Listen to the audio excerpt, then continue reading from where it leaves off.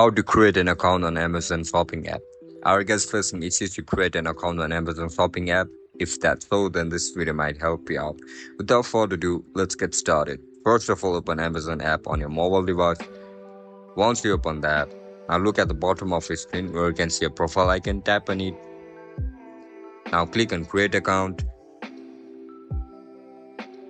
Over here, you need to write down your first name.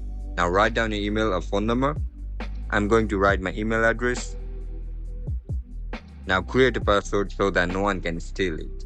After you fill up all these details, just tap on verify email. As soon as you click on verify my email, Amazon Shopping app will send you a verification code. Now just write down your code. After you write it down, tap on create your Amazon account. And that's it, guys. That's how you're going to create an account on an Amazon application. If you guys found this video helpful, don't forget to like, share and subscribe to our channel. And if you guys have any issues regarding Amazon app, make sure to comment down below. See you